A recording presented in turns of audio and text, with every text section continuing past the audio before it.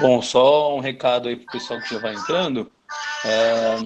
Comentem no chat, tá? A gente vai fazer algumas perguntas, algumas interações, então a resposta de você vai ser sempre pelo chat e a gente vai acompanhando. Muito importante essa participação de vocês. Bom, aproveitando aí, passamos de 8h30, né? Não vamos prejudicar quem entrou no horário. Primeiramente, queria dar boa noite a todo mundo, agradecer a presença de todos, falar um pouquinho do que é o OrtoTalk. Então, é um programa que a gente fez para discutir casos ortopédicos. Então, o grande foco são vocês, e não tem sentido nenhum a gente fazer isso se vocês não participarem, tá bom? Então, a discussão é aberta, pode mandando em tempo real, à medida possível a gente vai respondendo, e o que ficar pendente a gente responde depois. Para transformar a reunião um pouquinho mais dinâmica, eu peço que vocês fixem aí no cantinho da tela de vocês os vídeos nossos de quem está falando, etc., para que vocês consigam tornar mais dinâmica o nosso bate-papo, a nossa reunião. Hoje a gente está contando com a presença de uma convidada ilustre, muito especial, né, que trabalha na Santa Casa com a gente. Ela é professora de faculdade e tudo mais. Se eu for estar falando o currículo dela, a gente termina a apresentação só nisso. Mas atualmente ela é do grupo do quadril da Santa Casa, então acho que vai agregar bastante aí a reunião para a gente, tá legal? Então, boa noite. Eu agora convido o Samir, atualmente faz quadril no ABC, para comandar essa reunião aí com vocês, beleza? Bom, então vamos dar início aqui. Nosso caso de hoje é a dona Maria e o seu João, tá? São pacientes aí de 70 anos de idade. Os dois são aposentados, mas eles são muito ativos. Eles gostam de viajar, quase não param em casa. Tá? De comorbidades, a dona Maria ela só toma um remedinho para pressão totalmente controlada. Tá? Até que um dia a dona Maria ela tropeçou no tapete ali da casa dela, tá? Caiu, começou com muita dor no quadril. Tá? E aí, assustada ali com a situação, ela e o seu João foram até o pronto-socorro. Chegando no pronto-socorro, foi avaliado pelo médico, que no exame físico ela chegou deambulando ali com o auxílio da bengala, tá? Tinha muita dor a palpação e mobilização do quadril esquerdo, e não tinha mais nenhuma alteração, tá? O médico, então, ele solicitou a radiografia, uma radiografia de bacia AP, e agora eu queria que vocês comentassem no nosso chat se vocês veem alguma alteração para a gente dar seguimento aqui na reunião. E também queria saber dos meus colegas nesse momento sobre esse tipo de caso, tá? Isso aí é uma coisa corriqueira no nosso pronto-socorro ou é raridade no dia a dia do ortopedista? Bom, a gente vê bastante isso, né? É bastante corriqueiro, né? Da gente pegar no PS idoso com esse tipo de trauma. E é alguma coisa que, na minha opinião, deve ficar sempre de olhos abertos, porque até que se prove o contrário, você tem alguma coisa no quadril, né? Então, esse é um caso que me deixa bastante desconfortável, principalmente nessa radiografia em específico, quando acontece, porque eu olho, não vejo nenhuma lesão, vejo que o idoso está com dor no quadril, tem um histórico de queda, então me deixa bastante incomodado um caso desse no pronto-socorro. O que mais pode enganar, às vezes, é que a gente vê o idosinho caminhando, você até dá graças a Deus que ele está caminhando, né? Fala, puxa, nada de mais grave deve ter acontecido. Perfeito, Luan. Bom, então o nosso plantonista, ele avaliou o raio-x, ele não achou nenhuma alteração, tá? Pediu para a dona Maria ir para casa, tomando anti-inflamatório, um analgésico, fazer bastante gelo local, tá? E também fazer um repouso ali relativo, né? Então, assim, depois que vocês olharam essa radiografia, vocês realmente sabem avaliar uma radiografia de bacia? Tá? Então, tem alguns parâmetros que a gente utiliza para avaliar essa radiografia. Primeiro, se ela está bem feita. Tá? Em vermelho, a gente tem aqui os forames obturatórios, que eles têm que ser simétricos, bilateralmente. Se você tem uma assimetria desses forames obturatórios, é sinal que essa radiografia está um pouco rodada. Tá? Além disso, o COGS ele tem que estar em linha com a síntese pública. Isso daí também, se você tiver alguma rotação, já vai estar desalinhado, então não é possível avaliar perfeitamente a radiografia. Outros parâmetros que a gente utiliza, essa aqui em vermelho é a linha iliopúbica, ela faz a representação da coluna anterior do acetábulo. Então a gente tem que seguir essa linha para ver se tem alguma descontinuidade, que vai falar a favor dessa fratura da coluna anterior. Já essa linha ilioisquiática, ela fala sobre a coluna posterior do acetábulo. Então a gente também segue ela direitinho, vê se tem alguma descontinuidade. Além disso, ela é o nosso limite medial, o que divide o acetábulo, passou dela ali para medial, você está dentro da pelve. Outro parâmetro que a gente usa, mas esse é um pouquinho mais difícil de a gente conseguir ver numa radiografia de rotina do pronto-socorro, são as paredes, tá? Parede anterior e parede posterior. Como o acetábulo ele tem uma antiversão, ele é um pouquinho virado para frente, cerca de 15 a 20 graus, a parede anterior ela vai ficar um pouquinho mais medial, a parede posterior ela fica um pouquinho mais lateral. Outro parâmetro que a gente tem é a gota de lágrima, tá? Ela é bilateral, tá? Aqui nessa região, ela representa para a gente o fundo acetabular, tá? E outro parâmetro para a gente ver, agora é para ver encurtamento da região do fêmur proximal, são os arcos de Menard-Shenton, tá? Então a gente traça uma linha região medial do colo femoral e tem que ser contínuo com a parte superior do forame obturatório.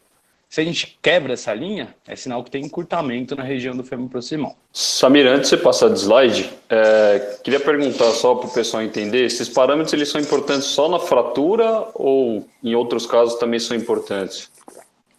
Não só em fratura. A gente consegue utilizar diversos parâmetros para ver outras patologias, doenças, principalmente em crianças também a gente usa bastante esses parâmetros, tá? Não é só no trauma, não. E também paciente com artrose, você consegue olhar. Se você focar, se você fizer um script na sua cabeça e olhar passo por passo, é muito difícil você perder qualquer alteração, tá? Não só em fraturas. É exatamente isso. Isso é bem interessante. Isso que o Samir falou. Eu padronizo na minha cabeça. Eu, quando bato o olho no raio-x de bacia, eu sempre olho, eu criei uma ordem na minha cabeça e eu sempre sigo os mesmos passos para eu não comer bola, porque é muito fácil você perder alguma coisa. E essa imagem do arco é importante. Na minha prova de residência, lá do HC caiu exatamente essa imagem, para começar o R1, né? Então é algo que todo mundo tem que saber, é algo básico que todos têm que saber. E principalmente para quem está começando, né? Às vezes a gente quer olhar uma radiografia, já quer procurar logo ali a fratura, e às vezes não tem a fratura, às vezes tem outras alterações que você seguindo esse passo a passo, você tem menos chance de perder. Tá? Bom, então a dona Maria e o seu João, eles voltaram no nosso pronto-socorro 3 dias depois. A dona Maria falou que a dor piorou no quadril, ela sentiu, não conseguia mais andar, tanto que dessa vez ela chegou de cadeira de rodas, né? Na primeira vez ela tinha chegado de bengala, né? Então o ortopedista, ele ajudou ali a dona Maria, posicionou ela na maca, e aí ela tinha essa posição, tá? Então, pessoal do chat aí agora, o que vocês estão observando, se tem alguma alteração e o que vocês observam, tá? Samir, uma coisa que eu acho que é válido comentar, várias vezes tem paciente que já é acamado, né? Senhor que já é acamado e chega no pronto-socorro com uma dor muito importante. Então, acho que é válido sempre a gente dar uma atenção maior nesses pacientes, examinar muito bem, de repente não fazer só a radiografia da bacia, mas procurar outras coisas, né? Eu acho que isso é importante também. Bom, ninguém falou nada no chat ainda, Samir. Pessoal, vamos participar com a gente. Lohan, estão falando... Daniel Barros mandou rotação externa e encurtamento do membro esquerdo. Isso, perfeito. Bruna E quando vocês se deparam com essa posição no pronto-socorro, já acende uma luzinha... De duas uma, né? De duas uma. De duas uma, né, Lohan? Fala pro pessoal aí. Essa é a posição típica da fratura do fêmur proximal do idoso, e obviamente que tem a diferenciação, né? Se ele fraturou o colo ou se ele fez uma fratura transtrocanteriana. Mas nas duas fraturas, essa é a posição que você encontra o paciente. O membro inferior está encurtado e está rodado externo. Bateu o olho no paciente deitado, com dor no quadril, depois de uma queda, por exemplo. Nessa posição, você já sabe que alguma coisa de errado aconteceu. Já pode separar os papéis da internação, né? Exato. Exatamente, né? A gente só pede radiografia para saber o tipo de material, né? Bom, então assim, esse desvio aí de encurtamento, rotação externa, ele acontece pela ação muscular, tá?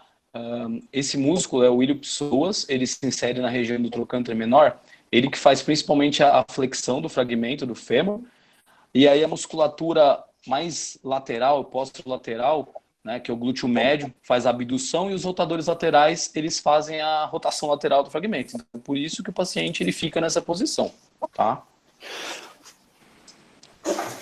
Bom, então o ortopedista pediu a radiografia e se deparou com essa lesão. Aqui já é mais evidente, né?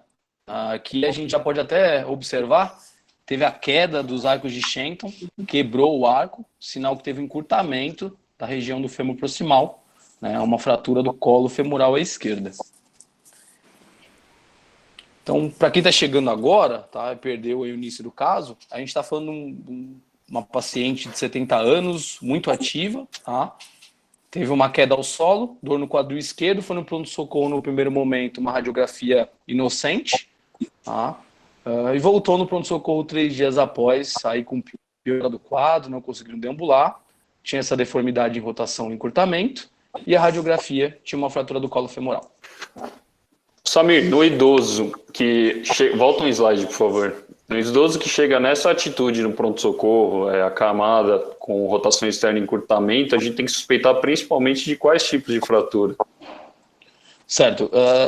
Fratura de fêmur proximal, principalmente fratura trocânteriana, fratura do colo femoral, e idoso nem tanto fratura subtrocantérica, porque aí já faz uma outro tipo de idade, pacientes mais novos, trauma de alta energia, mas aí também tem a fratura do alendronato, então fraturas do fêmur proximal em geral, né? Perfeito. É só para o pessoal entender que assim, o paciente chegou nessa atitude, sempre suspeita já de fratura do fêmur proximal, né? Então pode fazer a radiografia que com esse encurtamento do jeito que está mostrando a imagem, provavelmente vai ter fratura lá em cima. Show. E de exames pré-operatórios, normalmente como que vocês costumam manejar esse paciente?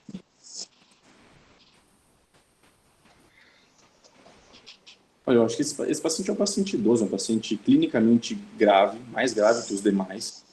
Então, ele precisa de todos os cuidados pré-operatórios e avaliações pré-operatórias possíveis para minimizar o risco cirúrgico dele. Então, você tem que pedir toda aquela série, aquela bateria de exames pré-operatórios, exames de sangue pré-operatórios. E aí você também já pode colocar que vai precisar de um raio-x de tórax, um ECG, sem dúvida nenhuma. E eu gosto de solicitar já, para adiantar, um ecocardiograma. Porque esse paciente... Puxa vida, em muitos casos vai precisar ser avaliado por um cardiologista, e o ecocardio vai dar uma informação extremamente importante, que é a fração de ejeção. O cardiologista, com esse dado, vai conseguir fazer uma avaliação mais apurada do risco cirúrgico desse paciente.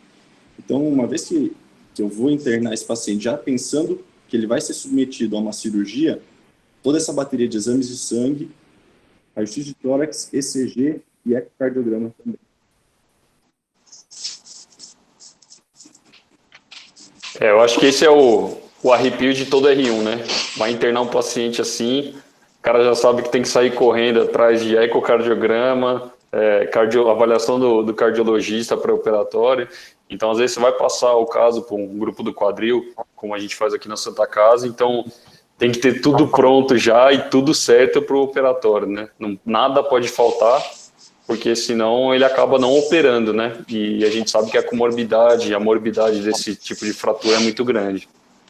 E essa é a nossa eterna briga, né? Porque o que a gente cansa de ver na enfermaria é o vozinho que caiu, e o pessoal das outras áreas, né? Clínica médica, cardiologia, eles querem que a gente faça um baita de um tratamento ali pro vozinho, e às vezes demora 2 semanas para liberar ele para cirurgia.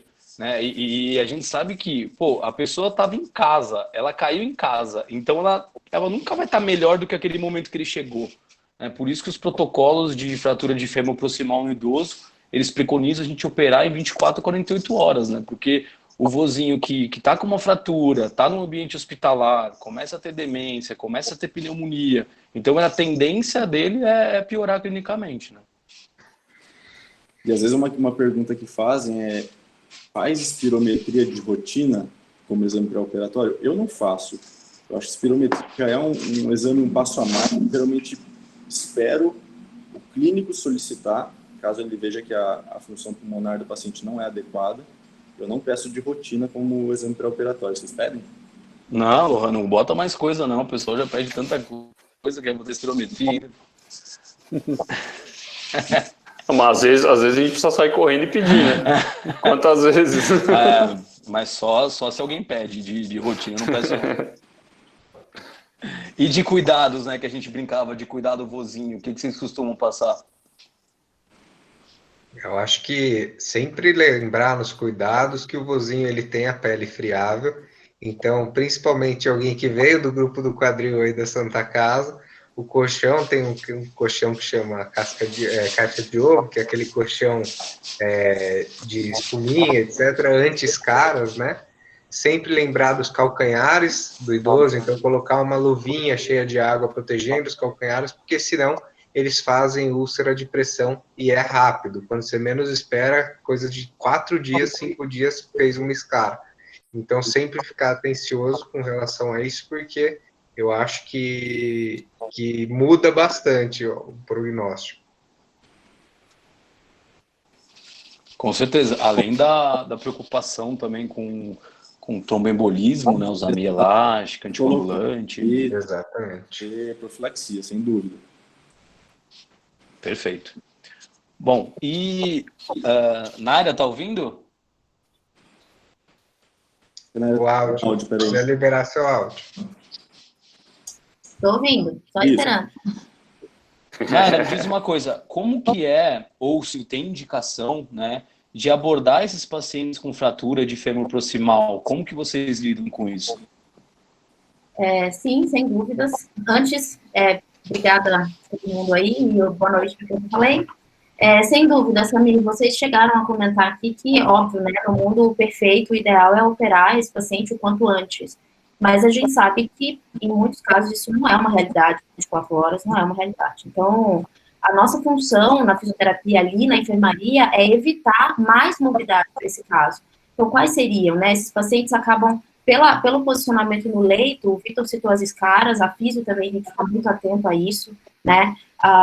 O paciente também, ele pode evoluir com contraturas, né? E uma muito comum é a contratura em flexão plantar. O paciente deixa o pé lá caidão, né? E aí, isso é uma coisa bem complicada para a gente, porque daqui a pouco eu vou precisar colocar esse paciente para deambular. E o paciente com contratura em flexão plantar, isso dificulta, né, andar com o pé caído, ali não por uma lesão neurológica, por contratura dos flexores mesmo, né?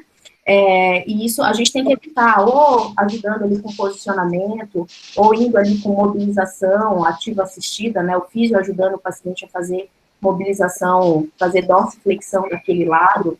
Ainda do lado operado, a físio tem que evitar mobilizar, porque às vezes é uma fratura estável e o físio movimentando ali, ele acaba deslocando o fragmento e tal. Então, para aquele membro fraturado, a gente trabalharia exercícios isométricos, por exemplo, uma contração de quadríceps, só para ir mantendo a ativação, tá? A gente tem que tomar cuidado, mas dá para mobilizar, de certa forma, o lado contralateral, mas ainda assim, trabalhos mais isométricos.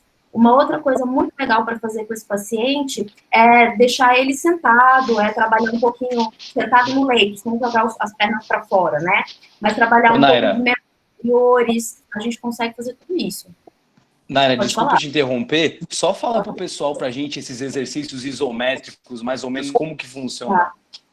Exercício isométrico é aquele que você faz contração, mas não gera movimento.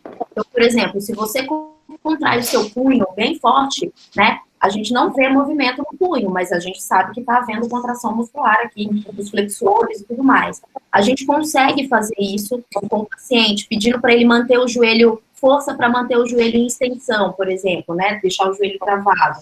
a gente sabe que o quadríceps ativa ali. Então, principalmente esses músculos, né, das articulações em volta do quadril, joelho, tornozelo, a gente pode manter essas contrações sem movimento para manter a atividade muscular, de alguma forma, sem correr o risco de gerar mobilização dos fragmentos, né?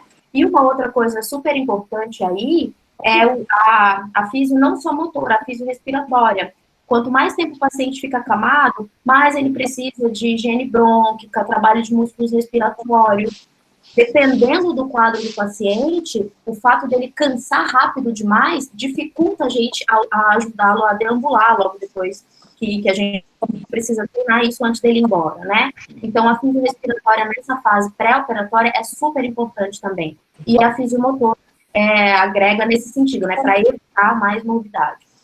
Não, e a gente sabe que muitas vezes, até mesmo na Santa Casa, nem sempre a cirurgia ocorre logo nos primeiros dias, né? Exato. Então é importantíssimo esse trabalho mesmo. Eu acho que é fundamental, principalmente para o pós-operatório depois, né? E eu acho que tem mais uma coisinha que o físio pode fazer, junto com a equipe médica também, né? Que, enfim, eu sei que lá na Santa a gente faz isso com bastante maestria.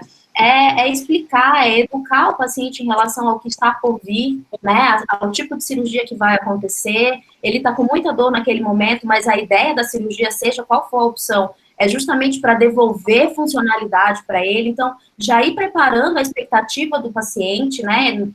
Com o fato de que muito em breve ele vai poder se mexer de novo, com segurança e tudo mais. Então, acho que essa educação acalma não só o paciente, como a família também, os cuidadores que estiverem ali com ele. Então, eu acho que isso é algo que a gente não pode abrir mão de fazer, né? Perfeito. Não olhar só para a fratura.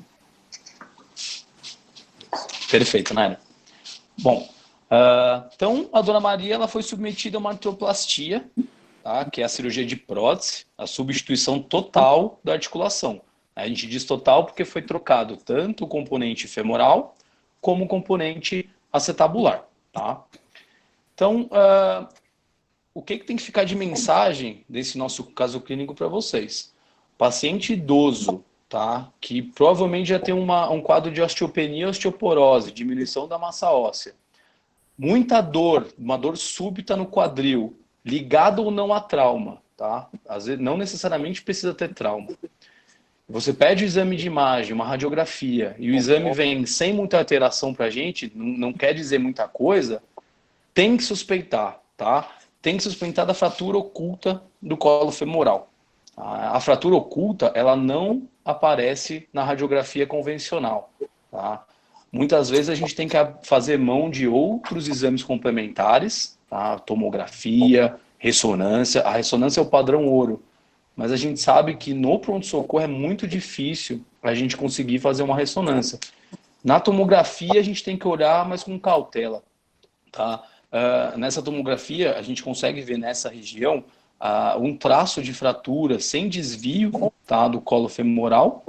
E aqui na ressonância, a gente consegue ver essa parte mais escura aqui, que é o edema, o sangramento que teve ali na região do colo. E por que é importante a gente fazer o diagnóstico dessa fratura oculta? Tá? Porque o tratamento ele é totalmente diferente. Né? A gente simplesmente fixa essa fratura, dá estabilidade para a fratura e não precisa fazer a prótese, a gente não precisa reconstruir a articulação do paciente. O paciente vai ficar com o seu próprio quadril, ele só vai ter um material de síntese ali. Tá? Então, é muito importante, porque essas fraturas, a gente manda o paciente para casa, ele vai andar, a fratura desvia, né? Que foi o que aconteceu no caso da dona Maria. Samir, só uma questão, desculpa te interromper, você falou da dificuldade, às vezes, de fazer a ressonância magnética no pronto-socorro.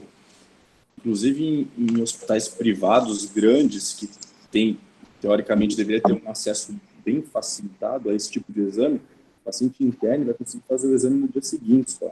Não consegue fazer nem no mesmo dia. Então, às vezes é um cuidado a mais que tem que ter. Às vezes é questão mesmo de internar o paciente e fazer o exame, né? Por mais que ele esteja caminhando, por exemplo. Perfeito, Lohan. Bom, então uma coisa importante para vocês saberem é que a vascularização da região do fêmur proximal ela é muito peculiar, tá? A principal artéria que nutre ali são ramos da artéria femoral profunda E aí eles formam esse anel. Cadê o meu mouse aqui? Aqui. Forma esse anel aqui em volta do colo do fêmur, tá? Então, quando a gente tem uma fratura, esse osso quebrado, tá? Ele machuca os vasos. E aí a gente vai ter um sangramento na região. Além disso, esse machucado que ocorre nos vasos, você está diminuindo a vascularização da cabeça do fêmur, né? E isso aí pode levar a uma necrose dessa cabeça, tá? E em relação à questão anatômica, essa estrutura é toda recoberta pela cápsula articular, tá? A cápsula nada mais é do que o conjunto de 3 ligamentos, que é o ilho femoral, o isquio femoral e o bulbo femoral. Então, quando você tem essa fratura sem desvio do colo, tem a lesão vascular e sangra, ele fica retido na cápsula. E às vezes esse é o único sinal que a gente consegue ver no exame de imagem. A gente não consegue nem ver a fratura, mas a gente consegue ver aí na setinha branca esse sangramento, né? Esse líquido na região aí intracapsular. Samir, falando no exame físico, isso aparece também para diferenciar uma fratura do colo ou transtroncanteriano? Então, Thiago, isso aí a gente fala isso na literatura, mas no dia a dia não é tão fácil, né? Exatamente. Normalmente falam, fratura transtrocanteriana, ela acontece no paciente mais velho, o paciente tem mais rotação e ele tem mais hematoma porque a fratura é extracapsular, é fora dessa cápsula. A fratura do colo, ela dói mais, né? Porque tem esse estiramento, tem esse edema dentro da cápsula que dói. A cápsula é inervada, né? A cápsula tem essa nervação que dá a dor, né? Roda menos e tem menos hematoma, mas na prática... Na prática não é muito assim, exatamente. Né? Perfeito. Na prática não é muito assim. Difícil até por conta da dor, que é totalmente subjetivo. Tem paciente que tem uma fratura transtrocanteriana que, em teoria, sentiria menos dor, mas é um paciente que tem um limiar para dor muito inferior. Então ele acaba sentindo. Mas eu acho que o encurtamento diz muito, assim. Se tá bem encurtado, eu não aposto num colo, eu aposto numa trans. Cara, eu não que aposto apostar. não, viu? Não, sério. Mas é difícil, né? É difícil. O importante que tem que ficar pro pessoal que tá assistindo a gente é saber reconhecer a deformidade e não deixar passar a bola, né? Gente, eu posso só pedir, eu não sei se tem fisioterapeuta aqui, se tiver físio, dá um alô aí no chat pra gente, mas eu lembrei bastante, assim, o pessoal tem gente da fisioterapia, o nosso estágio, inclusive na época da faculdade, boa, show, Verônica, envolve um tempo, né, do físico, dentro de asilos, enfim, em instituições que tem bastante idoso. E, gente, é interessantíssimo vocês saberem reconhecer, porque é muito característico. Esse encurtamento com rotação externa é característico. Às vezes o idoso caiu, o cuidador nem reporta isso direito, mas você chega no leito, semana passada o idoso estava deambulando e tal. Você chega no leito, na semana seguinte, ele está deitado daquele jeito, você vai tentar mobilizar, ele está extremamente resistente à mobilização. Com encurtamento e rotação externa, desconfia, vai atrás, vai ver o que aconteceu. Às vezes nem é uma queda assim, de grande impacto, de energia alta. Enfim, a gente tem que saber ajudar a equipe como um todo a reconhecer isso, tá? Então é bem interessante para os físios também. Parece que o Perfeito. terapeuta está bem grande aqui, né? Viu? Eu vi um monte de gente aqui, show de bola.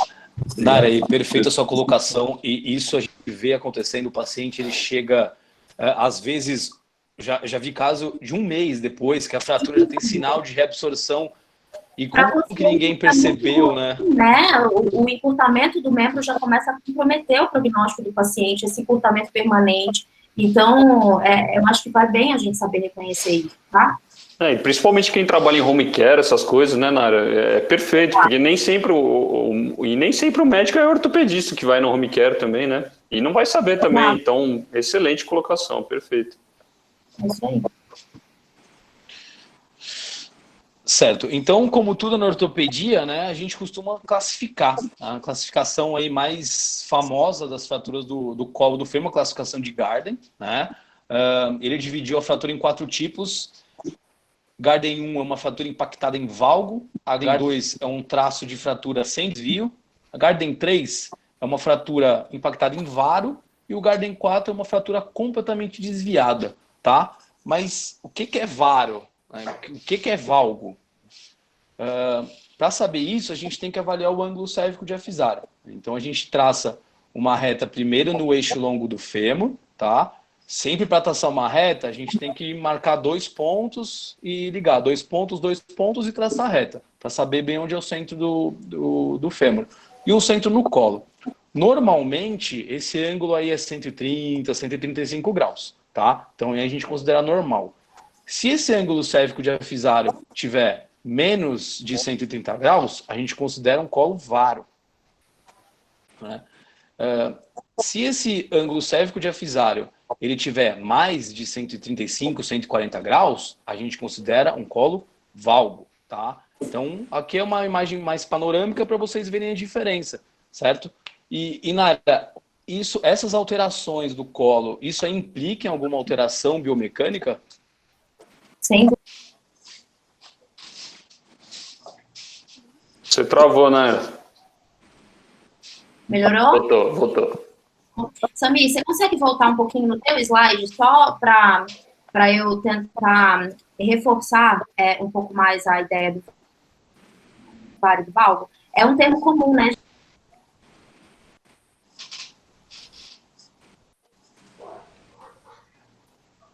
Deu uma travada. Ela travou. Quer seguir, Samir? Aí, a hora que ela voltar, a gente retorna. Mas ela caiu da sala?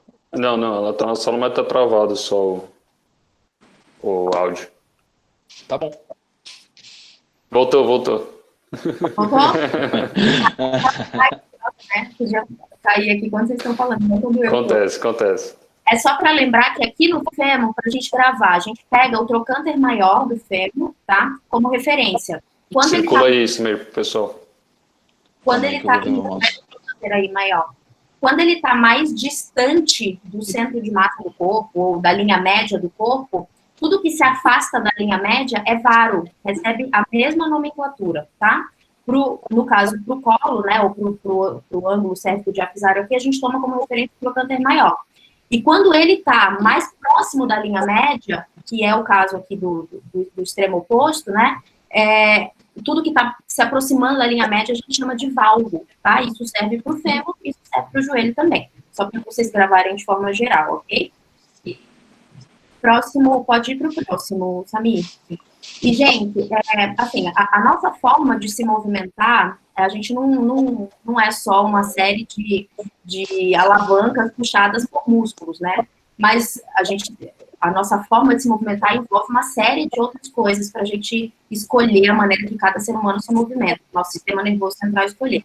Porém, as alavancas musculares ou as alavancas, né, dos nossos ossos, das nossas articulações, elas implicam na nossa maneira ou nas vantagens ou desvantagens da musculatura. O que é isso?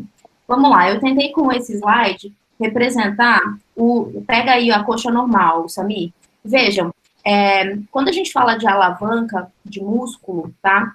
A gente precisa pensar que nada mais é do que a distância que a gente está medindo entre o eixo de rotação, que é bem no centro do colo do fêmur, tá? Bem no centro do colo do fêmur.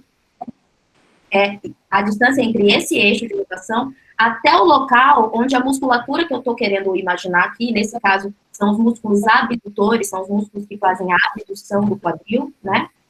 O afastamento da coxa, né, do fêmur da linha média, que no caso é o glúteo médio. Vamos pegar ele aí, o principal.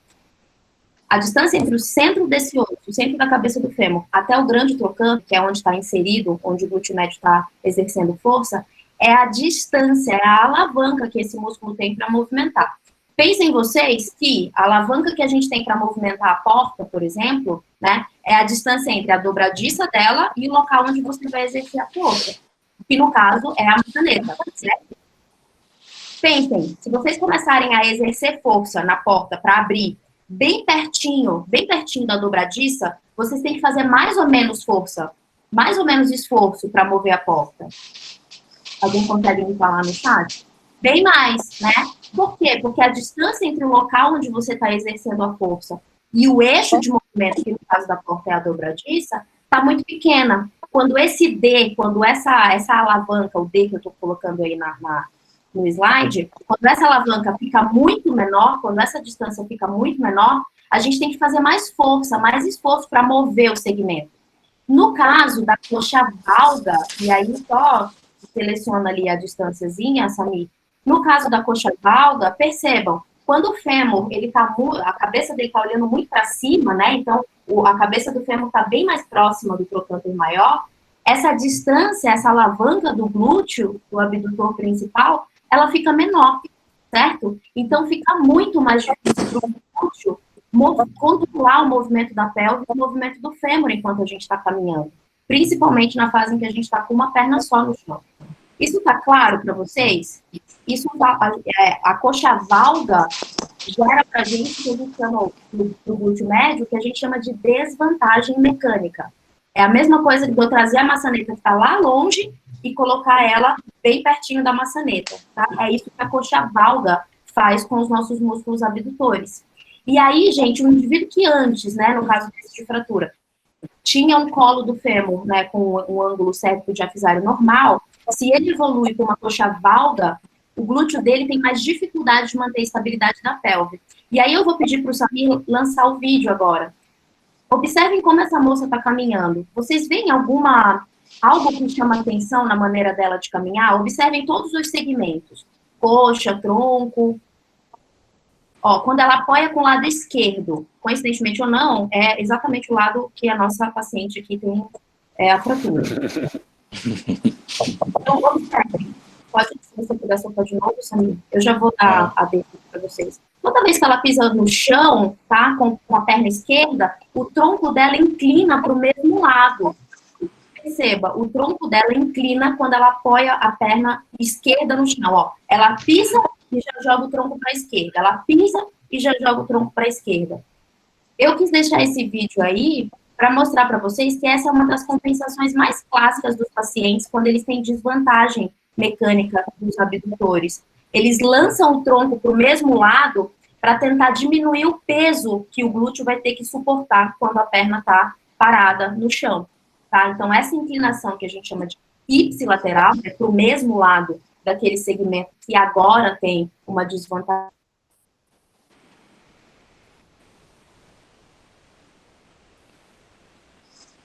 Ou pacientes que acabam pós-fratura evoluindo. Tá bem instável, né? Tá travando de novo. Você entendeu o final ou ficou meio bagunçado? Repete o final na área que deu uma travada. Então, basicamente o vídeo, eu quero mostrar com ele para vocês que essa inclinação do paciente ipsilateral do tronco dele para o mesmo lado, tá? Desse colo valgo, dessa fratura que evoluiu, né, com essa impactação em valgo, tá? É relativamente comum no nosso dia a dia, porque agora é uma estratégia do corpo, né, de tentar diminuir a carga no glúteo, já que agora ele está em desvantagem por conta da menor alavanca ali, pela impactação em valgo, tá? Ô, Naira, isso daí é como se fosse uma compensação do Trendelenburg mesmo, né? É o que a gente chama de Trendelenburg compensado, que é quando ele, ao invés de deixar a pelve cair, né, deixar o barco afundar, o glúteo, quando ele dá conta, ele estabiliza a pelve. Quando ele não dá conta, duas coisas acontecem. Ou a pelve cai, a do outro lado, né, que não tem o suporte ali, o apoio, ou ele faz ela compensa. Compensado, que é essa inclinação do tronco. Mas tudo isso é uma maneira de driblar o fato do glúteo estar em desvantagem mecânica, ok? Boa. Boa, Naira. Se o pessoal ficar com dúvida também, pode deixar no chat e a gente tenta responder depois. Tá, então beleza, toca o barco. Depois eu falo, Diego.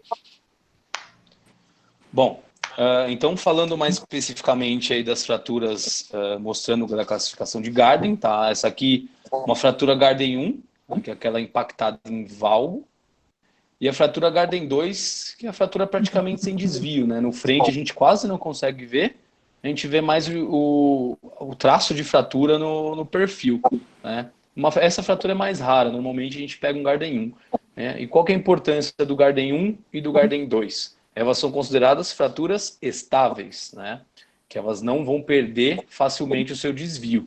E qual que é a conduta? A conduta para essas fraturas, a gente faz uma fixação in situ. A gente não precisa fazer uma redução, porque teoricamente ela já está alinhada, né?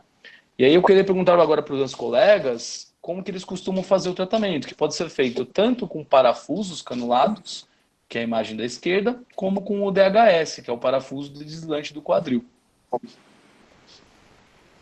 Eu costumo fazer como essa da esquerda, Samir. Acho que com o parafuso acaba sendo, você faz uma via muito menor, consegue ter um acesso, consegue colocar os parafusos de uma maneira triangular e agregar uma estabilidade. Não sei, eu confio bastante no método dos 3 parafusos, eu gosto bastante também. DHS, óbvio, é sempre uma escolha, mas eu prefiro ainda os 3 parafusos.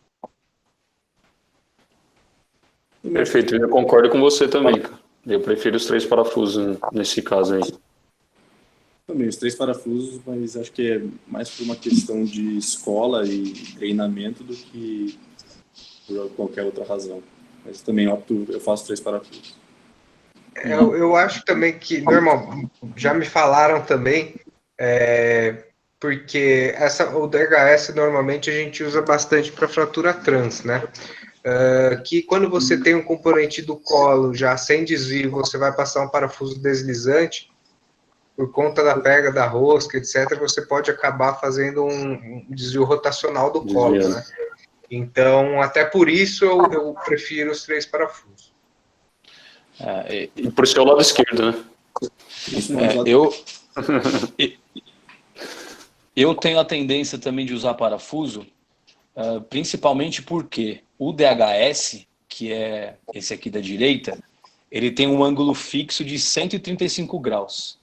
Então, se você pega um paciente que previamente ele tinha um colo mais varo, como a gente falou, e você fixa com o DHS, você está valgizando o colo dele, tá? E aí vai todos os problemas que a Naira estava citando, né? Então, normalmente eu faço parafuso, porque o parafuso você consegue corrigir isso, você consegue adequar mais a anatomia do paciente. E Naira, em relação à reabilitação, muda alguma coisa para vocês? Parafuso ou DHS? Na verdade, em relação à mobilidade, né, depois que foi fixado, a gente tem liberdade para mobilizar, para tirar o paciente do leito e tudo mais. A única coisa que o físio muitas vezes tem até um certo receio, e aí sempre, principalmente quando a gente fala de idoso, a conversa com a equipe médica é primordial para a nossa tomada de decisão em relação a esse ponto importante, que é a descarga de peso. Tá? Então, por exemplo, a gente sabe que o DHS ele tem a biomecânica, né, da placa, ela permite compartilhamento de estresse. Então, normalmente, a descarga de peso é não total, é parcial, mas é mais imediata, é mais precoce. Tá? A descarga de peso que eu falo é o peso do paciente sobre a perna, né? Sim. O parafuso vai muito de cirurgião, eu percebo, né? Prescrever a ausência total de carga nas primeiras semanas, ou uma carga bem discreta, leve, que a gente chama de carga toque no chão, enquanto o paciente deambula. E aí a gente também percebe que tem muita relação com a qualidade óssea, com o tipo de pega, se deu uma pega boa, se não deu. E só quem vai saber falar isso é o cirurgião. Então, eu sempre falo para os alunos, conversem com os médicos e escrevam isso no prontuário, porque às vezes o físio chega na enfermaria e não tem nada escrito em relação à carga. E a gente não pode simplesmente saber só o tipo de compressão, se é estabilidade absoluta, relativa, o que aconteceu dentro da cirurgia, só o cirurgião sabe. Então, a gente tenta dividir isso, né, com a equipe médica, tá? Naira, só falando um pouquinho para os físicos aí que estão presentes, a gente comentando, falando em descarga de peso, acho que tem muita gente que acaba ficando, às vezes, com medo até de mobilizar no leito, né?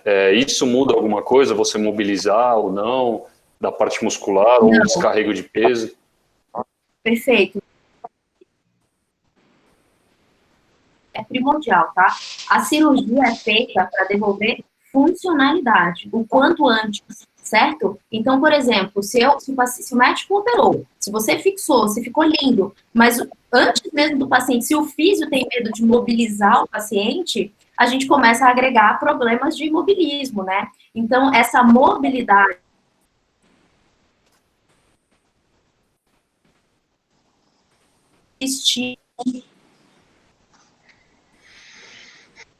né, para tríplice flexão, abdução e volta. Então, você vai acrescentando o movimento, chamando o paciente para fazer sozinho, mas movimentar, mesmo Bem estável. o problema é a descarga axial de peso, ou seja, o paciente de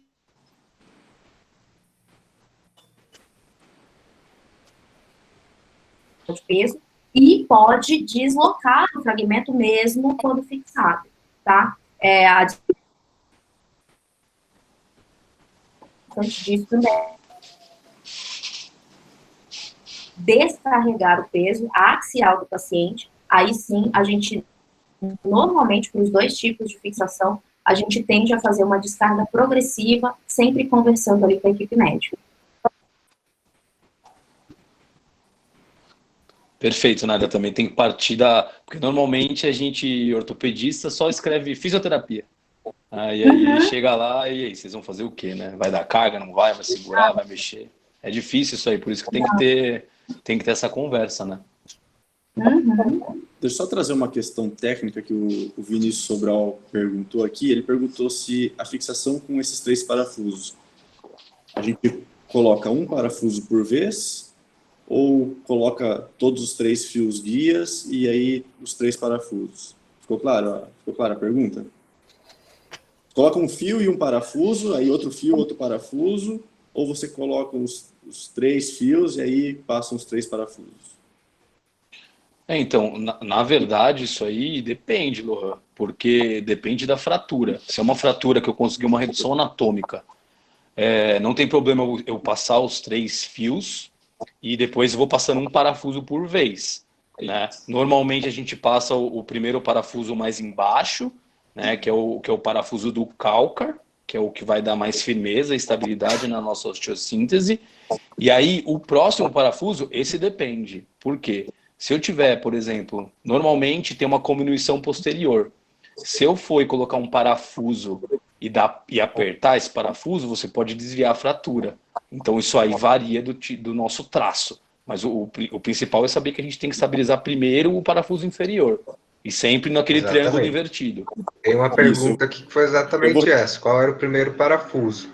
Mostra para ela, Ilik Samir, onde que é o cálcar, e se vocês notarem, o DHS ali tá bem, dá para ver bem, que ele passa mais perto da região inferior do que da superior, né? Então é justamente porque o cálcar, porque é a região de maior massa óssea, onde a gente consegue agregar mais estabilidade na nossa fratura, tá? Na nossa osteossíntese. Deixa eu só responder, Vinícius. Vinícius, eu gosto de passar os 3 fios, porque se eu vejo que eles não ficaram muito simétricos, eu consigo me basear num fio que já está passado para arrumar o outro. Se eu passo um fio, passo um parafuso, aí eu vou para um segundo fio, para o segundo parafuso, às vezes o terceiro acaba me dando um pouco de problema na minha entrada, na direção que ele corre, não consigo deixar ele bem simétrico com relação aos outros 2 anteriores. Então, foi como o Samir falou, se a fratura, a redução me permite fazer os 3 de uma vez, eu prefiro passar os 3 fios de uma vez, porque assim eu consigo deixar eles bem simétricos, na posição que eu quero, para aí sim passar os parafusos todos de uma vez. Deixa eu só fazer um adendo aqui rapidinho, só para ficar claro e responder a pergunta do Diego. Gente, independente do tipo de osteossíntese, a físio precisa colocar esse paciente de pé para deambular com dispositivos auxiliares. Normalmente, para idoso, a gente usa o andador, tá? Só que sem a descarga de peso. Então, ele faz aquela marcha, né, em 3 pontos, ele bota o andador ali e quando ele vai passar a perna, que é a perna operada, ele não põe peso nela, ele põe peso no andador, tá? A marcha, ela precisa acontecer. Independente do tempo que a gente leve para dar descarga total, isso vai depender da evolução do quadro, do quão boa está sendo a evolução, né, da fixação e tudo mais. A longo prazo, mesmo a gente tendo passado 8 semanas ou mais até sem descarga de peso total, isso não implica, tá? Nenhuma nem outra, não gera nenhum problema adicional esperar um pouquinho mais, mas isso porque a gente já está treinando marcha com o paciente, só falta carregar peso depois na semana. É isso. O Marcel tem uma pergunta técnica também, se a gente tem preferência por fazer um triângulo invertido ou em formato em L. Eu faço triângulo invertido. Eu também. Acho que até por uma questão de escola, né? E também cai de novo no tipo de fratura, cara. Isso aí também, se você tem uma fratura que tem mais comunição posterior, você tem que botar 2 parafusos para trás, fazer esse L. Então isso aí varia. Normalmente a gente faz o triângulo invertido, né? Tem N jeitos de você passar os parafusos. O que você não pode fazer nunca é botar 2 parafusos somente. Sempre tem que ser 3. Beleza?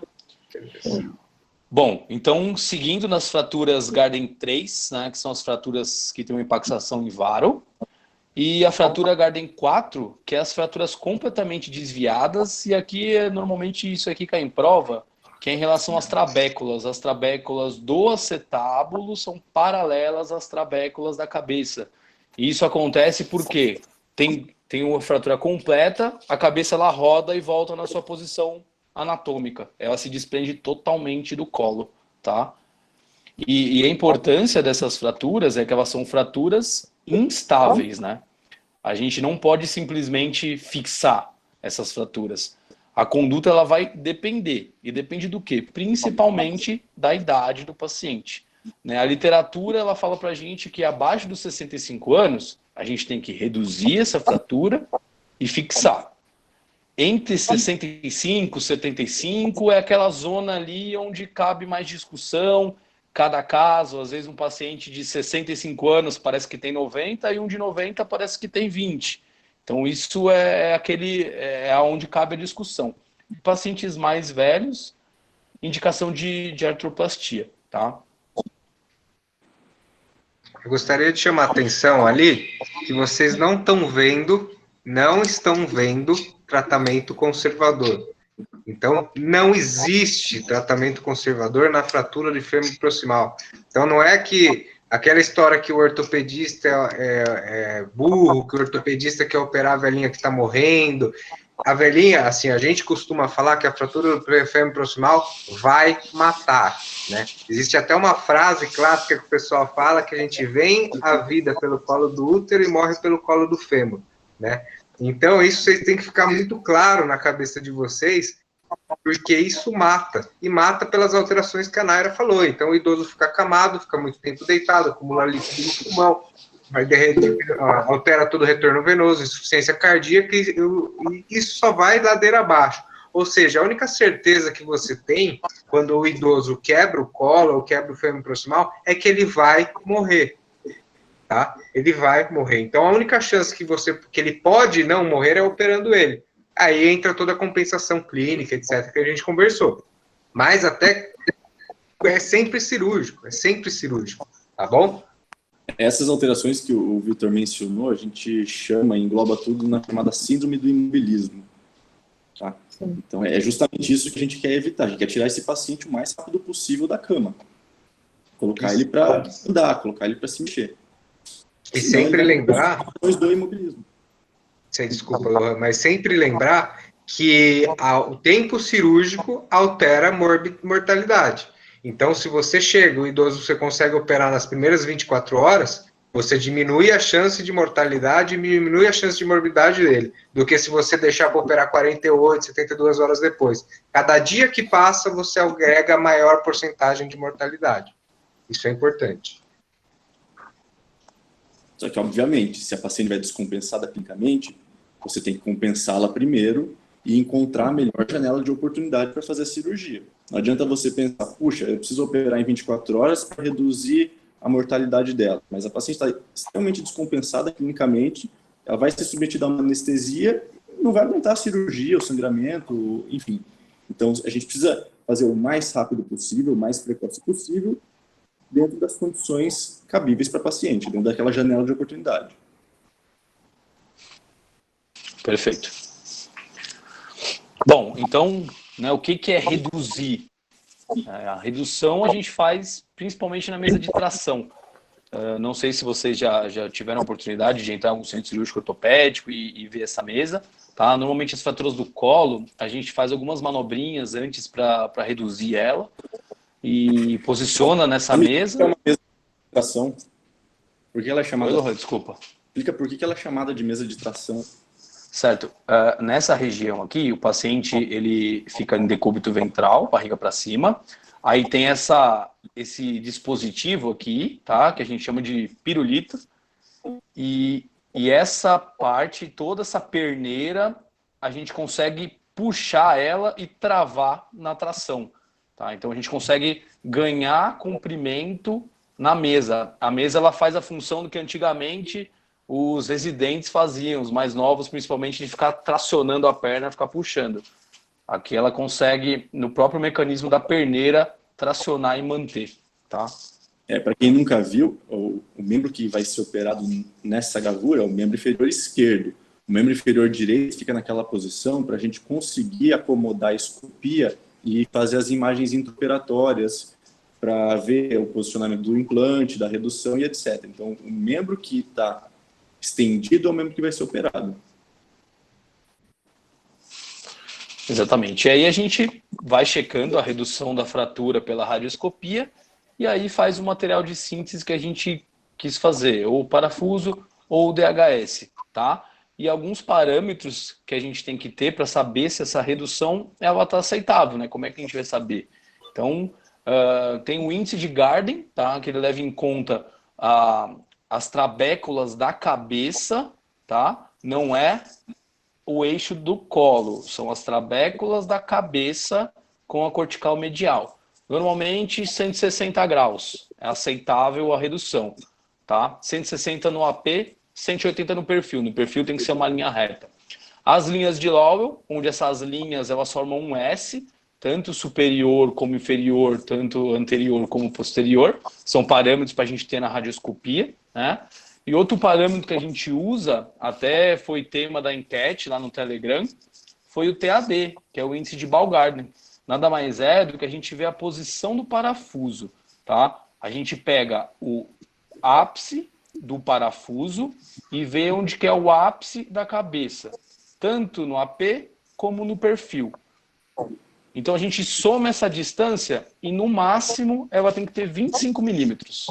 Tá? E por que esse valor? Por que esse 25 milímetros? Se tiver maior que 25, ele tem mais chance de complicação. Tá? E aí a gente está falando do cutout, que normalmente é a complicação que ocorre. O parafuso numa má posição, ele corta a cabeça, ele vai lá para cima e colapsa em vara fratura. Tá? Falando um pouquinho de prótese, as próteses de quadril, que são as substituições das articulações, elas podem ser tanto parciais, que a gente só substitui o componente femoral, podem ser total, que a gente substitui tanto o fêmur como o acetábulo, e com cimento, sem cimento, ou híbrida. O que é híbrida? Você usa cimento no fêmur e não cimento no acetábulo, tá? Então, prótese de quadril, ou é total ou é parcial. E aí a técnica pode variar entre cimento e sem cimento. Mostrando para vocês essa diferença da interface, tá? É só essa diferença de técnica, né? E de escola que você aprende a fazer a prótese. Do lado esquerdo a gente vê uma prótese cimentada, e aí entre a prótese e o osso, coloca o cimento, tá? Então, quem cimenta defende que a gente consegue distribuir melhor a carga no fêmur, tá? E tem menos chance da gente fraturar o fêmur no intraoperatório. Já as próteses não cimentadas, entre a prótese e o osso, você tem uma superfície que recobre a prótese, né? Normalmente essas próteses elas têm alguma superfície, hidroxiapatita, titânio, que aí vai recobrir a prótese e faz uma fixação mais biológica. O osso ele cresce para dentro desse metal e dá mais estabilidade para quem defende esse tipo de prótese. Tá? Mostrando os tipos dela, essa aqui é uma prótese parcial, foi uma das primeiras, conhecida como prótese de Thompson, né? Mais ou menos na década de 50 ou 60 criaram ela. é um único componente de prótese, tá? E hoje em dia, você vê isso ainda no SUS, tá? Mas raramente você vai encontrar um paciente em hospital de convênio particular com esse tipo de prótese, tá? Por quê? É uma prótese com uma cabeça muito grande, tendo contato com o acetábulo, com o osso. Então, isso vai causar uma erosão. Então, por isso que esse tipo de prótese é usado no SUS e naqueles pacientes muito idosos, que normalmente vão ter uma sobrevida de no máximo 5 anos, né? E também nos pacientes mais acamados. Já as próteses bipolares, que também são tipos de prótese parcial, porque a gente só mexe no fêmur, ela é a que é mais utilizada atualmente, que ela tem uma cabeça menor dentro de uma cabeça maior. Então, ela permite uma maior mobilidade, tá? Então, mas também ela é usada nos pacientes mais idosos, tá? Porque quando o paciente ele é mais novo, e o mais novo que eu digo para a prótese é aquele paciente ali que está nos 65, 70 anos, a gente opta pelas artroplastias totais, que a gente faz a substituição, tanto do fêmur como do quadril. Então, esse tipo de prótese total, essa é a haste, tá? Reparem que a haste, ela é lisa, não tem nenhuma superfície recobrindo ela, tá? E ela tem um formato cônico. Né? Essa é a parte que vai no acetábulo.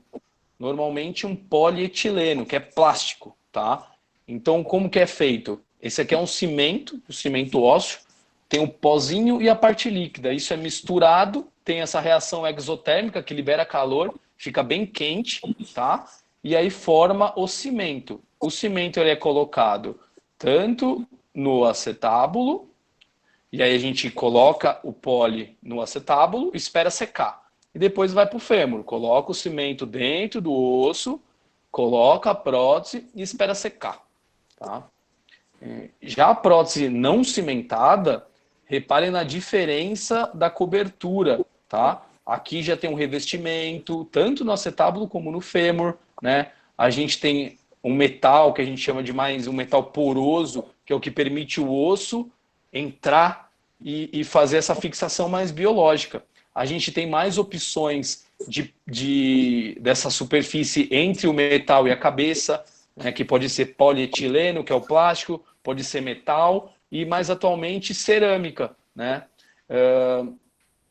E a artroplastia, você não perde tanto tempo na cirurgia igual a prótese de cimento, que esse tempo de secar o cimento aumenta o tempo cirúrgico mais ou menos em 20 minutos. Né? Então aqui você tem essa vantagem. Mas quem não defende, fala que como você tem que botar essa haste, ela encaixa por pressão, que a gente chama de press fit, você tem mais chance de fraturar o osso, principalmente num paciente mais idoso. Tá? Eu acho legal falar para eles que estão vendo que a prótese que entra por press fit, ou seja, não cimentado, ela tem risco de fraturar justamente porque você martela ela e ela tem que entrar impactando o osso. E às vezes, se você errar um pouquinho a medida da haste, você bateu ela um pouco mais, o osso abre como se fosse uma flor, assim. E aí você tem uma puta de uma complicação, tá? E falar também que a prótese não cimentada, ela foi desenvolvida, ela é uma prótese norte-americana, né? Então, lá nos Estados Unidos, todo mundo sabe que tempo é dinheiro. Então, quanto menos tempo, melhor. Então, essa prótese, ela foi muito mais desenvolvida, pelo que o Samir falou, para uma prótese mais rápida, para girar a sala, etc. Porque é uma prótese que você não precisa esperar o cimento secar. Então, muita gente, quem defende a prótese cimentada, e a Escola da Santa Casa fala muito de prótese cimentada, defende exatamente isso, que apesar de você ter um tempo mais prolongado, você divide melhor as cargas e tem menos risco de complicação. Isso varia muito da escola, porque agora lá no ABC, a maioria das próteses eles fazem sem cimento, né? Então, muito também, não tem, na verdade, eu acho que certo e errado, em relação a cimentar ou não cimentar. Isso aí também é mais da experiência do cirurgião e da onde ele aprendeu a fazer a prótese, né? E para revisar, Samir, o que você tem visto? Que você é pior revisar uma prótese cimentada ou não cimentada? Com certeza revisar uma prótese cimentada, porque a gente tem que tirar todo o cimento que está ali, né? A prótese sem cimento, você tira a haste, tira o acetábulo, tá ali já, tá pronto para outra. A sem cimento, para revisar, é bem mais trabalhosa, bem mais complicada. Só para deixar claro, revisar a prótese significa trocar a prótese. Existem algumas intercorrências, ou mesmo o próprio uso inadequado da prótese, ou uso intenso. Desgaste, né? Desgasta ela e pode ser necessário fazer uma troca. Quando a gente vai trocar uma prótese, ou seja, tirar a que estava e colocar uma nova, a gente chama de revisar a prótese. É uma cirurgia de revisão. Exato. Que a prótese em si ela tem vida útil, né? Normalmente, sei lá, 15, 20 anos, depende do material que você usou, da técnica que você usou. Tanto que as novas tecnologias, o objetivo é prolongar a vida de uma prótese. Mas, normalmente, uma prótese bem feita aí dura em média 15, 20 anos. Né? Então, por exemplo, um paciente jovem que teve uma fratura do colo, que a gente não conseguiu fixar com parafuso ou com DHS que seja, teve que fazer prótese, você pode ter certeza que ao longo da vida ele vai passar por outras cirurgias de revisão da prótese. Certo? Em relação aos acessos cirúrgicos, a gente tem vários tipos de acesso, mas os principais são os acessos anterior, lateral e posterior, tá? O que muda é o intervalo muscular que você vai entrar e como a prótese cimentada e não cimentada, isso vai variar da onde você fez a sua formação, tá? O acesso anterior, e também muda para a parte da fisioterapia, né? Que a Naira vai completar. O acesso anterior, quem faz defende que é o acesso mais anatômico, né? Porque normalmente você entra no intervalo muscular entre o tensor da face lata e o músculo sartório, você não corta o músculo, você entra entre eles. E num intervalo mais profundo aqui na direita, você afasta o reto femoral e afasta o glúteo médio, né? Mas esse acesso, normalmente você tem que ter uma mesa especial, não é tão comum aqui no Brasil, né? O acesso mais controverso, talvez, aí é o acesso lateral, porque é um acesso que a gente faz no meio do glúteo médio, né? No meio um pouquinho mais anterior. E o glúteo médio, como a Nara explicou, ele é o principal músculo que estabiliza o quadril. Então, quem não faz o acesso lateral critica isso. Pô, você vai fazer um acesso onde eu corto o glúteo médio, né? O principal músculo do quadril.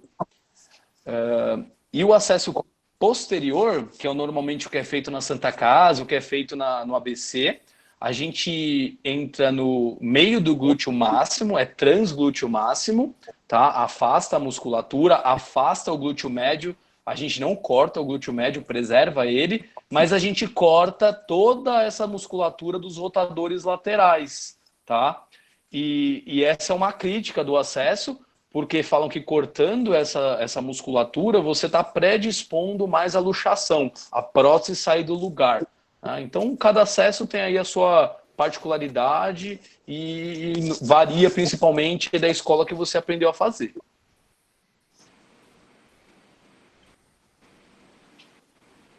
Naira, agora convido você a falar sobre a reabilitação na prótese de quadril.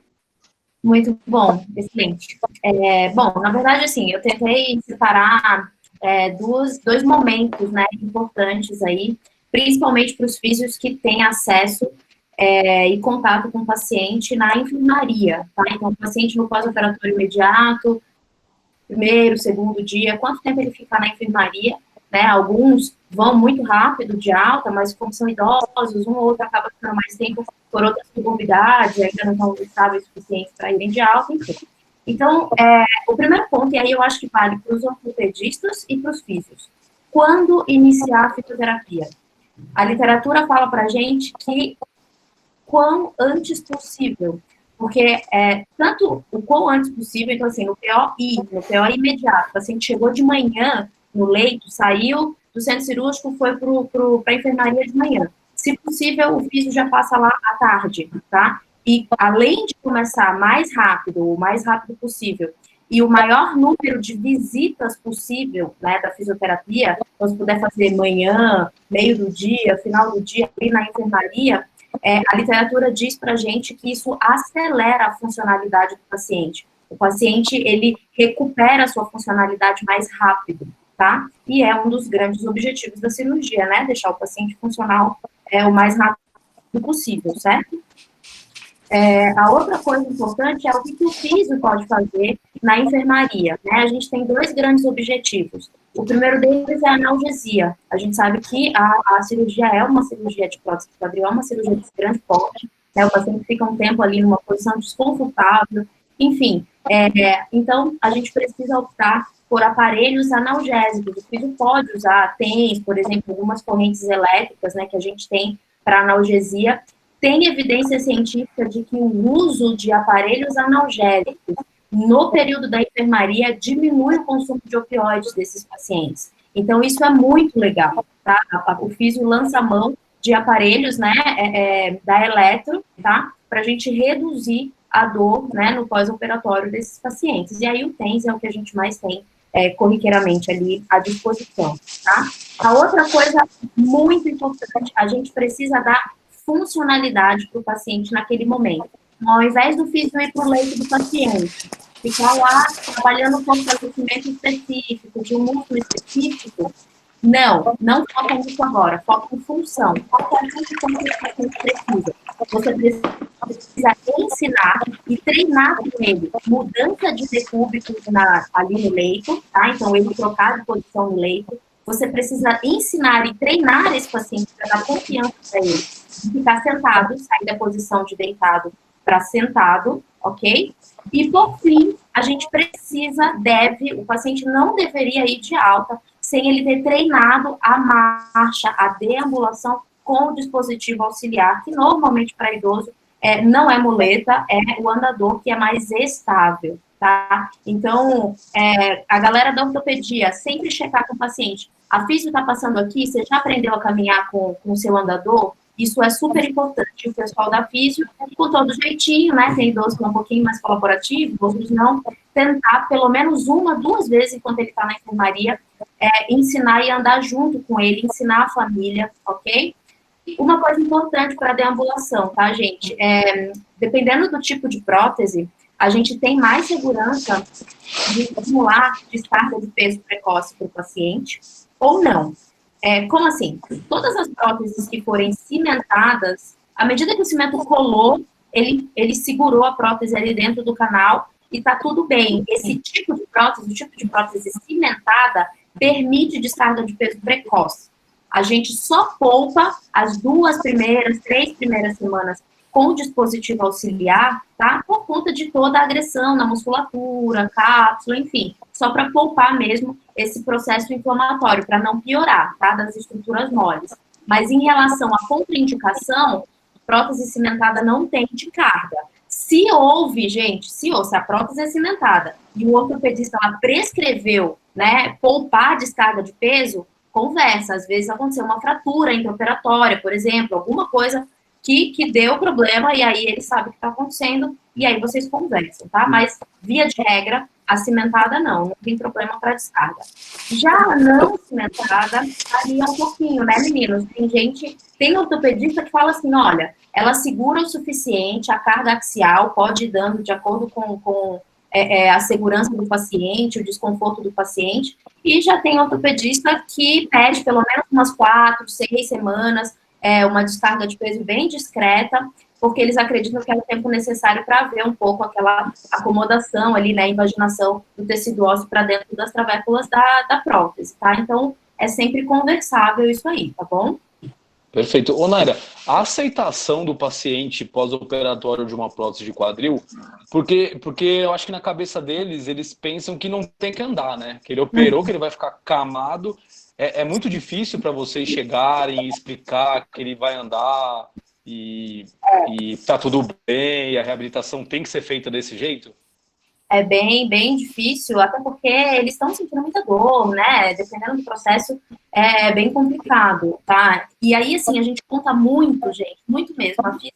Eu tinha muito problema. Eu vi a diferença do grupo, né, dos que estavam passando lá de residente, que estimulava o paciente a caminhar e falava assim, ó, a gente vai colocar a prótese e amanhã a senhora já vai poder estar de pé e é muito legal e dá esse up, assim, para o paciente, essa expectativa positiva, né, porque quando a físio chega, o médico já reforçou antes, e foi ele que operou, é ele que está com o paciente desde o início, então isso gera uma confiança no paciente. E eu vi a diferença, né, do grupo que estava rodando ali, que assim, não ligava para confirmar isso, né, para sedimentar isso no paciente, ele ficava muito mais resistente quando o físio chegava, tá, para a gente, enfim, colocar o paciente para deambular. Então, acho que é um pedido que eu faço aí para a galera da ortopedia, reforçar isso também, é bem importante.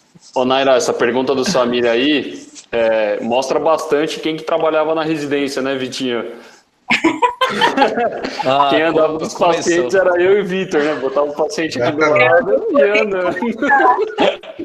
Denunciou, Samir, denunciou, não tem jeito. Vou até passar o slide aqui, Então, isso Naira, tem uma perguntinha aqui. Leva em média, quanto tempo para o paciente reaprender a marcha? Se muda se o paciente está de andador, muleta, ou média quanto tempo? Olha, se você faz isso desde o início, tá? Se você treina com ele desde o início, é muito rápido. O paciente ele só precisa comprar a ideia de que ele vai caminhar.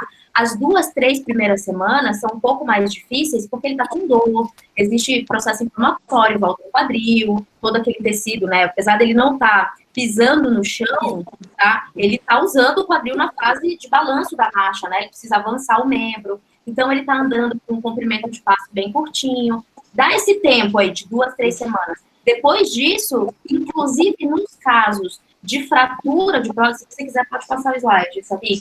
Inclusive, por favor, nos casos de fratura de colo, o Samir começou a aula dizendo que a senhorinha aqui, a dona Maria, era super ativa. Tá? Então, são pacientes ativos. O paciente de osteoartrose, quando ele, né, a cirurgia, a prótese primária é proposta ali para o paciente que já tem artrose, ele é um paciente bem menos ativo. Então, é muito mais difícil dele comprar a ideia, ou dele conseguir a musculatura dele, né, ele já está inativo há muito tempo, então o dano muscular já vem se arrastando há um bom tempo. O paciente de fratura de colo, não. Se ele comprar, ele ganha rapidinho, porque ele já vinha, ele anseia por voltar a ser ativo, né? Então, essa diferença da indicação da cirurgia, a gente percebe principalmente nessa coisa do paciente comprar a ideia de voltar a ser funcional e tudo mais, né? Acho que isso é importante, tá? E tem uma outra coisa, o fato do paciente ser extremamente ativo é uma coisa muito boa para ele comprar a ideia, para ele começar a voltar a caminhar, principalmente, mas ele pode ser um paciente aquele meio tigrão, assim, né? Ele quer voltar a fazer tudo que fazia antes, e aí pode ter o efeito contrário, dele não respeitar o processo de cicatrização de tecido mole, que é algo muito importante. E daí eu vou puxar agora, porque o Samir tinha falado sobre as vias de acesso, né? Não só as musculaturas, principalmente ali na via posterior, os físios lembrem bem, tá? Os rotadores externos, eles são bastante agredidos, né? Vocês reinserem os rotadores, gente, ou não? Vocês deixam ele cicatrizar? Como é que vocês fazem? Reinsere os rotadores. Reinsere, mas é daquele jeito, né, Nara? Você coloca ali o ponto Quetibond, reinsere no osso, mas assim, tem gente que eu já vi falando, o cirurgião de quadril mais velho, fala que não reinsere porque ele acha que aquilo ali rompe rápido, sabe? Então... Sim, eu sei que varia um pouco, mas independente do que é feito depois, a gente precisa ter isso em mente, tá? Nessa via de acesso, ok? O maior problema é a gente esperar a cicatrização do tecido mole ali, tanto de músculo, né, dos rotadores laterais, tá? Quanto da cápsula. O Samir começou falando,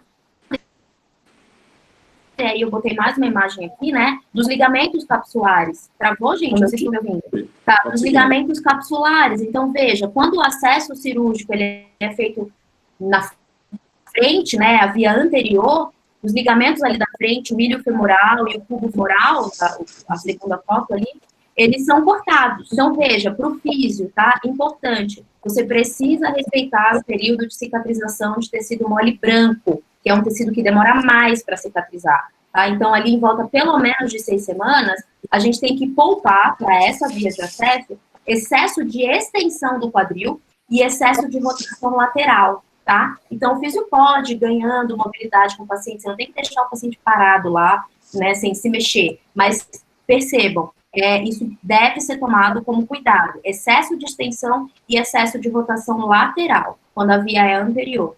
Quando a via é posterior, agora olhem para a imagem à extrema direita, né, é o isquio femoral que é cortado. E aí a gente tem que tomar cuidado, tá? Pensa num corte ali na cápsula posterior. A gente tem que tomar cuidado com o excesso de flexão do quadril e excesso de rotação interna do quadril, certo? Então, por que a gente precisa tomar esse cuidado? Pelo menos nas 6, até dependendo do estado do tecido do paciente, 10, 12 semanas, esses excessos de movimento não podem acontecer, tá? Até que a gente perceba a cicatrização e tudo mais, ok? Então, são 2 movimentos importantes. Outra coisa em relação à via posterior, que é o que a gente mais tem dificuldade, a gente não pode fazer movimento de rotação lateral ativo. A gente tem que esperar os rotadores laterais cicatrizarem. Tendo sido inseridos ou não, a gente precisa poupar rotação lateral ativa, tá? Que é aquela que o paciente faz a contração sozinho, né? O movimento de ostra, aqueles que o pessoal físio sabe, tá? Então, acho que eu já vou falar das precauções em relação à luxação, pode ser? Ô, Naira, só da via lateral, se... Ai, vamos lá. eu queria ver da via lateral. Bom, na verdade, assim, graças a Deus ela entrou em desuso, né, gente? Porque quando se compara a evolução a longo prazo, tá, de um paciente que foi operado via anterior, via posterior, a evolução é a mesma. 1, 2 anos depois, o grau de funcionalidade está igual, tá? E quando se comparava, né, essas outras vias de acesso à via lateral, a via lateral agrega morbidade quase que para sempre, assim, para o paciente, tá? Vamos lembrar, o paciente idoso, ele já tem sarcopenia. Alguns deles, né, diminuição de massa muscular. Alguns deles têm infiltrado gorduroso na musculatura. Não é uma musculatura super ativa, bem funcional, tá? Você agride o mecanismo abdutor, que é o principal estabilizador do quadril, na via lateral, né, bem anteriormente, se retirava, fazer uma fratura ali, uma osteotomia do trocânter lateral, do trocânter maior.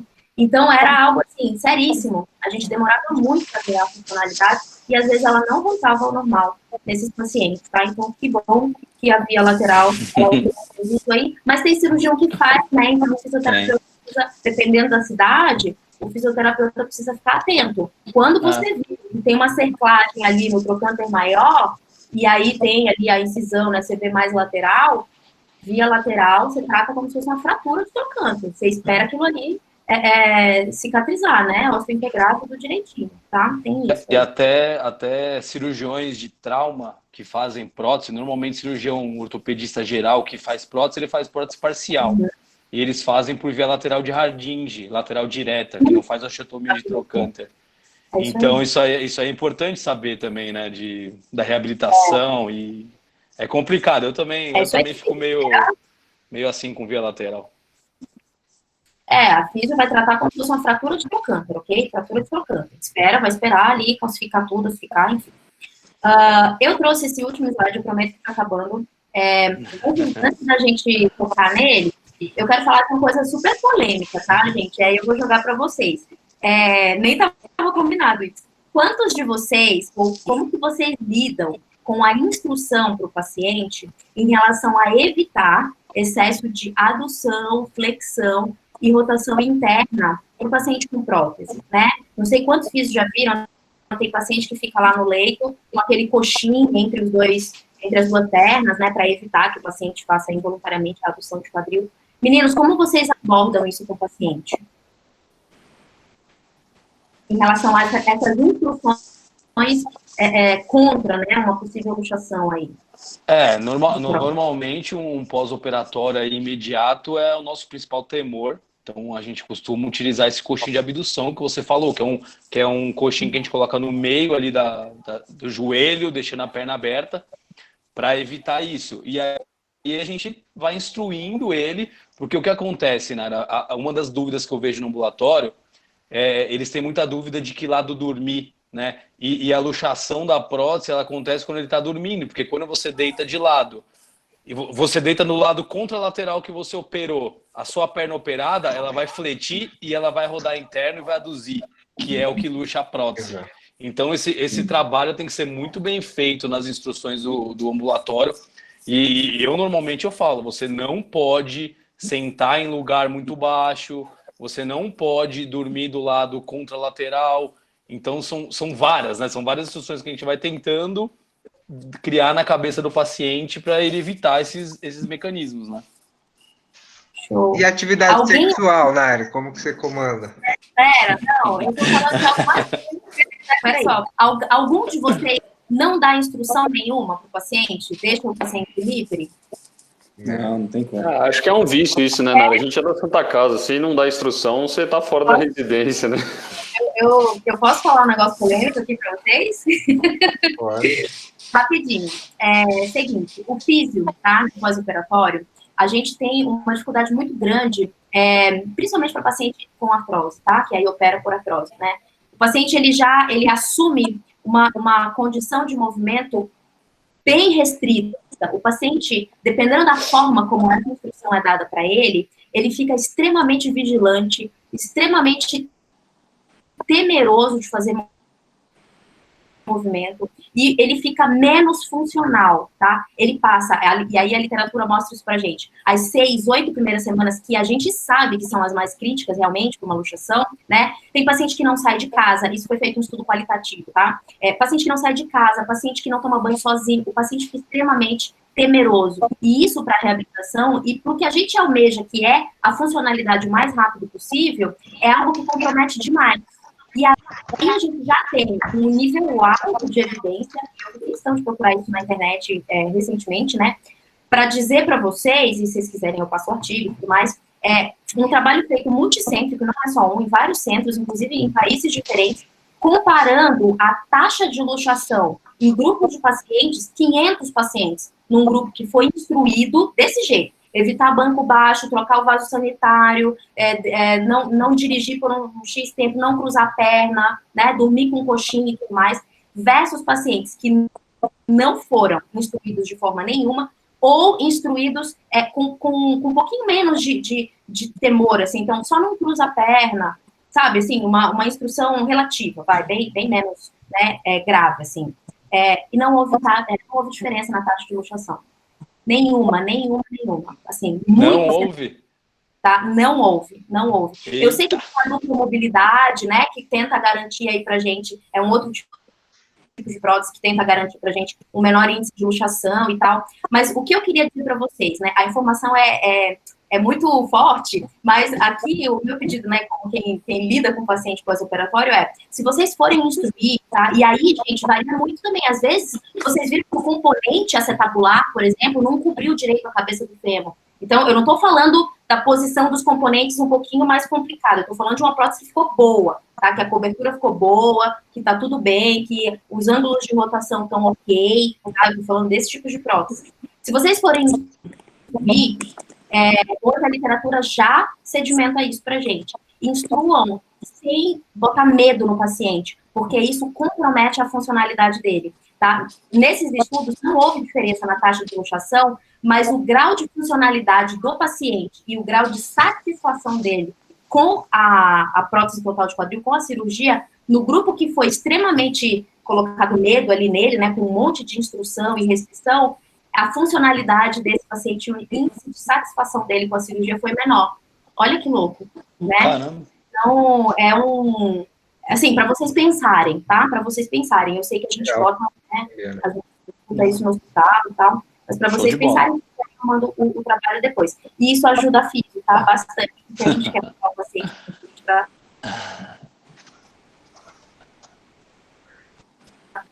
rodar mais rápido. E aí, a última pergunta, principalmente as senhorinhas, com vocês, quem que elas pegam no final do corredor? Eu, para perguntar, né? Que enfim, fala assim, minha filha, quando é que eu vou voltar, né, a namorar com meu marido? Como é que eu posso fazer, doutor? Que posição que eu posso fazer agora? Porque ela também tá morrendo de medo de luxar a prótese, né? Ou o senhorzinho também. Então, Samir, lança o vídeo aí que eu vou explicando do que se trata, só pra gente fechar. Foi feito um estudo de análise do movimento tridimensional, tá? Com 2 atores, né? Vocês vão ver as bolinhas, os pontinhos piscando. em diferentes posições, tanto homem quanto mulher, né, em diferentes posições para o ato sexual, para identificar o que é que tinha maior mecanismo luxante, né? Quais das posições promoviam um mecanismo luxante um pouco mais agressivo, ao ponto da gente pedir para restringir, tá? A parte boa desse exame é que o exame, ele consegue estimar os centros articulares, que é onde acontece o movimento. Então, o movimento mesmo do fêmur versus acetábulo, ele foi extremamente bem calculado nesse tipo de trabalho, né? Então, aí vejam as posições, o azulzinho é o homem, o rosinho é a mulher, obviamente, tá? Observem que, assim, a gente não precisa, olha os resultados, né, em breve, a gente não precisa taxar o paciente, olha, só nessa posição, uma específica, né? Aí, ó, houve a reconstrução dos fragmentos, né, dos segmentos articulares e tal, e no final, ó, aí isso aí é a imagem dos marcadores no campo dos atores, né, eles vão assumir aí as posições, vocês vão ver que vai haver uma reconstrução dos fragmentos, ó, isso aí é tudo reconstrução tridimensional, tá, com base em esqueleto de humano mesmo, né, e aí, ó,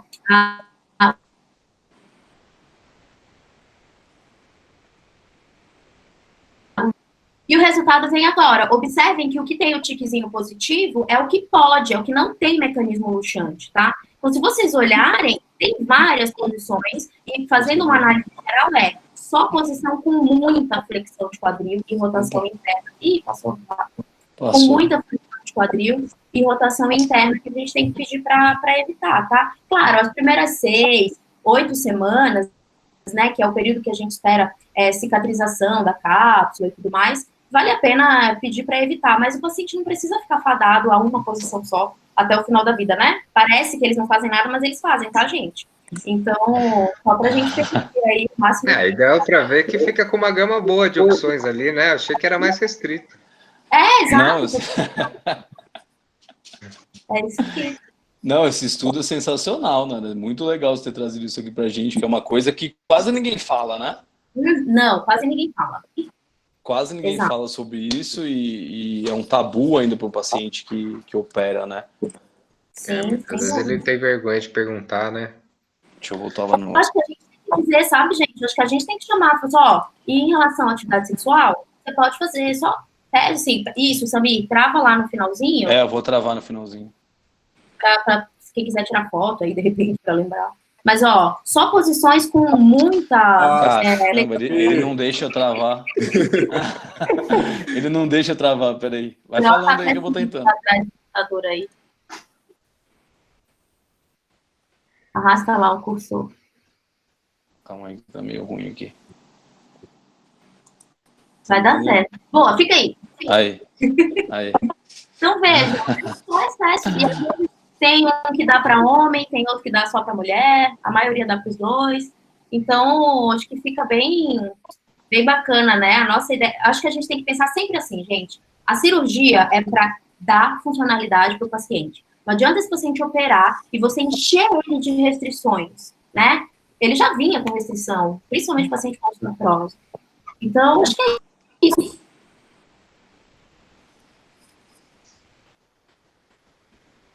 Era da médica e da física.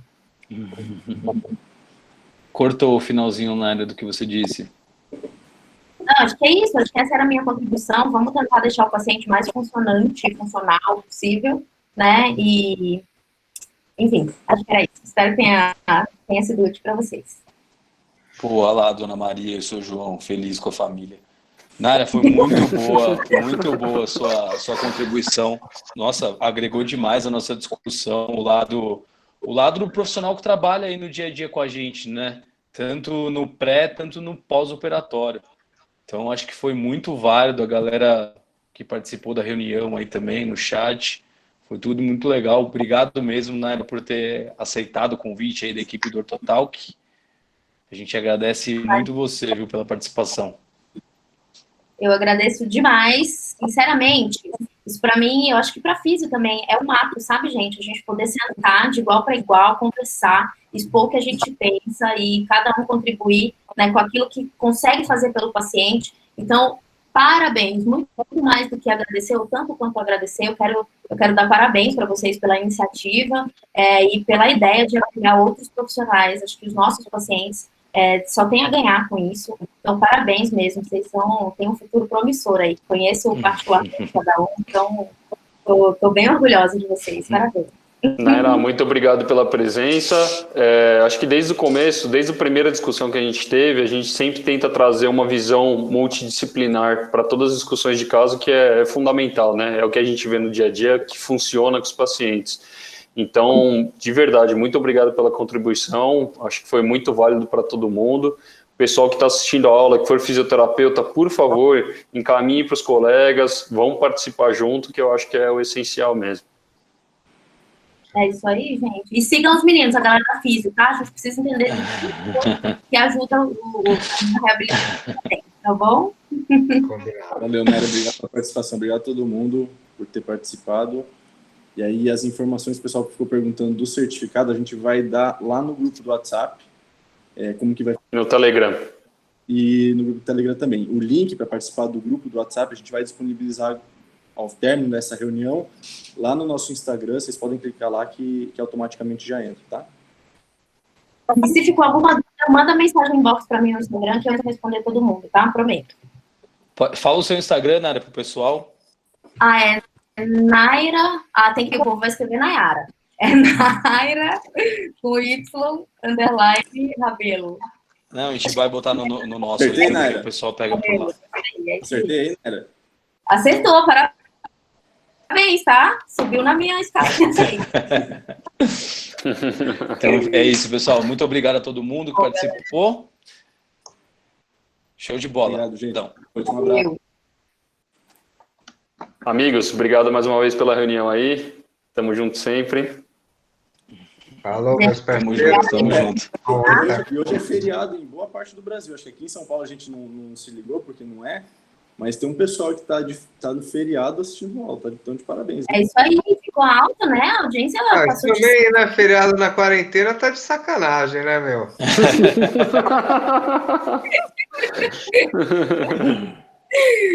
Definitivamente. Bom, a gente não sabe mais nem a diferença de quarto e de domingo, né? Não dá mais pra saber, tá tudo bagunçado. É verdade. Mas show de bola, gente. Obrigada de novo. De verdade,